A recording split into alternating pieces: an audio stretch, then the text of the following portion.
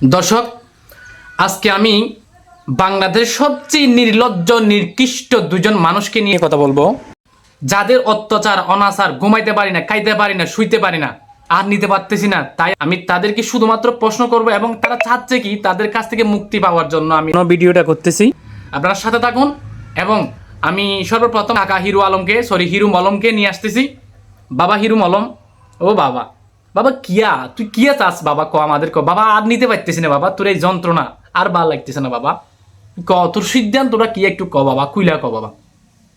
1 তালাক, 2 তালাক, 3 তালাক, আচ্ছা তারপর ক আচ্ছা আচ্ছা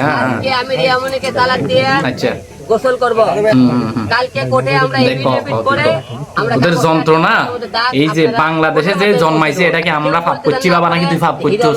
আর তুই ফাপ করতেছিস নাকি আমরা প্রাশ্চিত্য করতেছি বাবা? কিছু বুঝতে পারতেছি না বাবা। সবার সামনে আবারও দে, দে ভালো করে দে, জোরে জোরে দে। 1 2 তালাক রিয়া মনে, 2 3 তালাক রিয়া মনে। আচ্ছা হইছে, দাঁড়ান। দর্শক, তালাকের পরে রিয়া কালা কি কয় হেড একটা হুনি।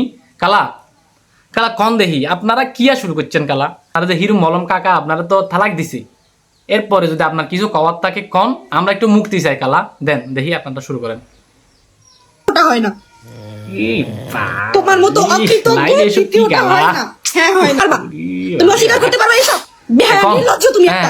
আমরা তো জানি কিন্তু নির্লজ্জ বেহাইয়া নিশরম কালা, তোমার মতো অকৃতজ্ঞ দ্বিতীয়টা হয় না। দর্শক, আমি লাইভটা বেশি বাড়াতে চাচ্ছি না, এদের লাজ লজ্জা বলতে কিছু নাই। এই যে এদের নিয়ে আপনাদের যদি কোনো মন্তব্য করার থাকে আপনার কমেন্ট বক্সে জানান। আমি বেশিক্ষণ লাইভে থাকতে পারছি না, এদের যে অবস্থা, ওরে বাবারে, আমি মুক্তি চাই বাবা, তোদের কাছ থেকে মুক্তি চাই। এই কালা, এই রিয়া কালা, এই কাকা হিরু আলম কাকা, মুক্তি দে বাবা, মুক্তি দে। এই নিতে পারতেছি না বাবা, একটু একটু ঘুমাইতে দে, একটু খাইতে দে, একটু বাঁচতে দে বাবা, একটু বাঁচতে দে। আমরা বাঁচতে চাই, শান্তিতে বাঁচতে চাই বাবা। ও বাবা, ক্ষমা করে দে বাবা।